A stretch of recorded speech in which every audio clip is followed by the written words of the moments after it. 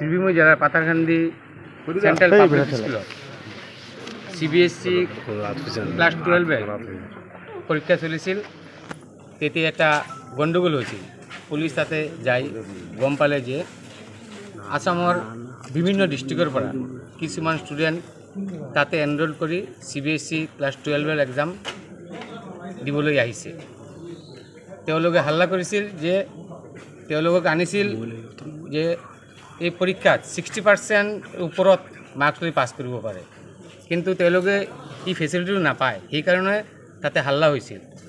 Police তাতে যাই এইটো ল এণ্ড অৰ্ডাৰ মেইনটেইন কৰে এবং পাতাৰকান্দি সাৰ্কেল অফিসাৰও যাই তাতে ল এণ্ড অৰ্ডাৰ মেইনটেইন কৰাৰ পিছতে পাতাৰকান্দি থানাৰ OC সোমেশ্বৰ কোঁৱৰ একটা কেস ৰুজু কৰিলে এগেইনস্ট USTM এর ওনার মাহবুবুল হক, নুমান আহমেদ, ইমদাদুর রহমান, হীরামণি শইকিয়া, বিজয় দত্ত আর রেজাক আলী, যেটু Patharkandi PS case number 5425 under section 61(2), 3184, 3165, 3363 BNS।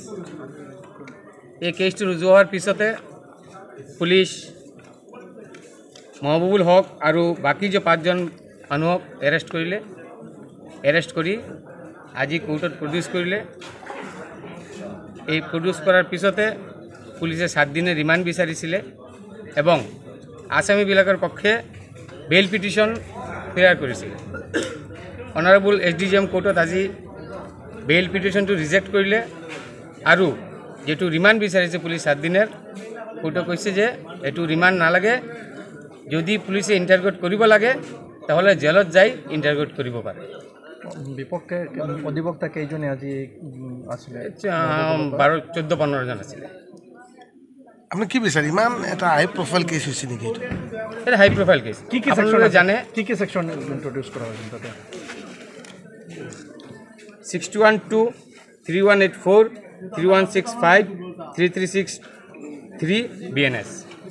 এটো আপনারা জানে এলিগেশনটো বহুত সিরিয়াস আছে। এলিগেশন CBSE ক্লাস 12 এর এক্সাম মানুহ আনিলে তেওঁলোকক পাছ কৰাৰ কাৰণে আপোনালোকে জানে যে আমাৰ ল'ৰাবিলাক ইমান পৰিশ্ৰম কৰি ভালকে পৰীক্ষা দি থাকে, কিন্তু তেওঁলোকে এটা বেলেগ একটা কাম কৰিলে যে কিছুবা প্ৰলোভন দি কৰিলে তোমালোকে মই পাছ কৰাই দিম 60 বা 65% বেলেগ পাৰ্চেণ্ট দি পাছ কৰিব পাৰে। এটো যদি দোষী সাব্যস্ত হয় তেনেহলে এটোৰ আইনী সাজা কি হ'ব পাৰে? Minimum 7 years punishment. Remand prayer rejected. They will be interrogated inside the jail. আৰু কি কিমান দিনত কিমান দিনত ৰিমান্ড বিচাৰিছিলে? It is for 7 days. 7 days আসলে তো court found it no interrogation in jail will be suffice. So we'll look into the order, we'll study it and we'll decide accordingly. কি সেকশন আছিলে এই কেসত? এটোতে তো বেলেগ সেকশন আছে। আপনি FIR চাই লওক, FIR ডিটেইলস আছে। It is a serious case, মানে সিরিয়াস মানে you can't think about such type of matlab crime which is matlab ruining the life of students. They have alleged, we are not alleging, students alleged this is going on with us. So you please go through the FIR, you will get the details. It is a serious কোনে case কৰিছিলে? তো এইটো তো অফিসাৰ্সেৰ পৰা আহিছিলে এই case, কালি হৈছিল details. আপনি FIR ডিটেইলস পাইলে।